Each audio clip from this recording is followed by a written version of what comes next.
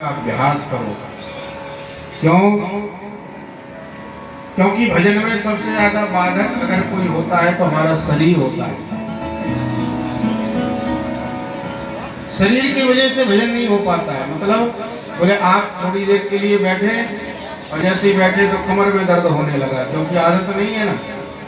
और जैसे ही दर्द हुआ कमर में तो बोले अब मन भजन से हट जाएगा, दर्द में चला जाएगा।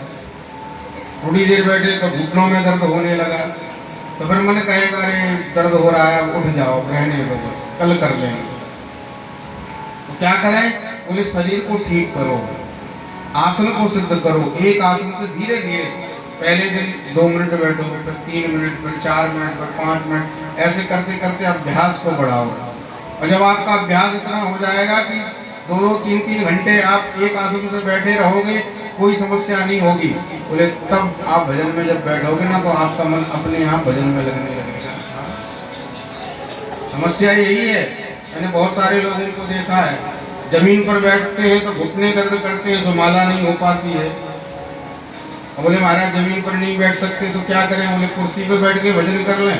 हमने कहा बिल्कुल कर लो। कुर्सी पर बैठते हैं तो नींद आ जाती है?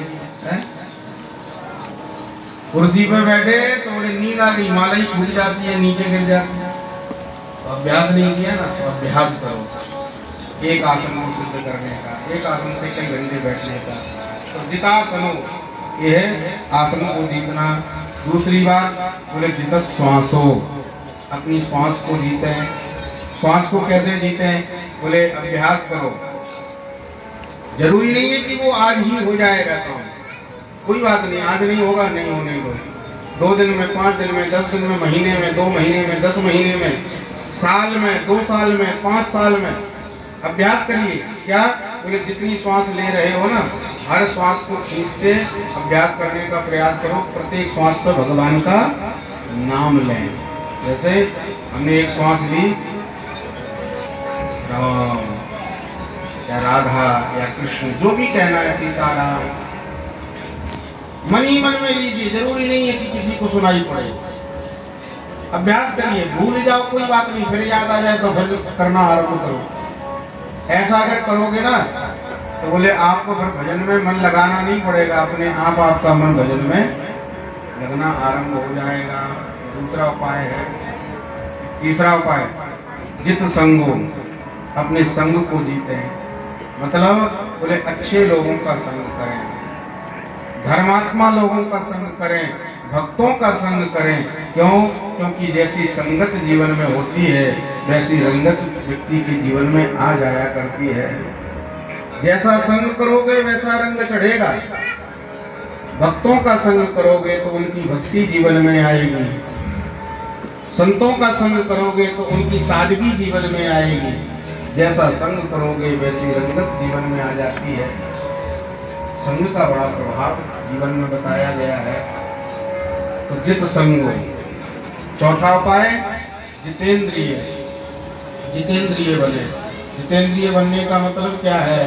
बोले हमारे शरीर में 10 इंद्रियां होती हैं, 5 कर्मेंद्रियां, 5 ज्ञानेंद्रियां। जिनसे हमको ज्ञान प्राप्त होता है वो है ज्ञानेंद्रिय, और जिनसे हम कर्म करते हैं वो है कर्मेंद्रिय।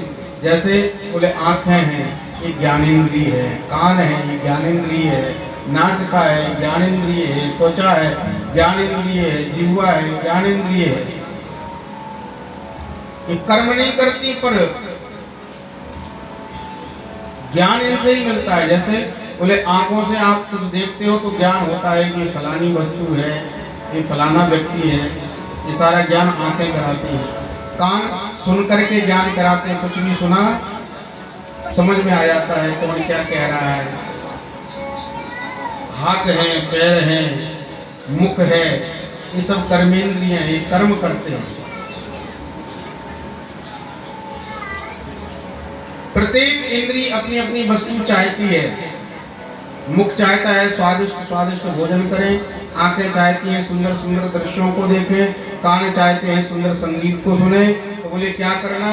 बोले इन इंद्रियों की वस्तु, इन इंद्रियों को देना, लेकिन कैसे देना? बोले भगवान से जोड़ करके देना। मतलब बोले जीवन में वही खाना जो भगवान को भोग लग सकता हो, और भगवान को भोग लगा करके खाओगे तो बोले वो प्रसाद बन जाएगा। और ऐसा प्रसाद बोले आपका जो मन है भगवान के भजन में लगाएगा। कानों से कुछ सुनना है तो दुनिया के फालतू गीत नहीं सुनना है, दुनिया की बुराई नहीं सुननी है। क्या सुनना है? बोले भगवान के सुंदर सुंदर भजनों को सुनो। तो ऐसा करोगे तो अपने आप आपका मन भजन में लगने लग जाएगा।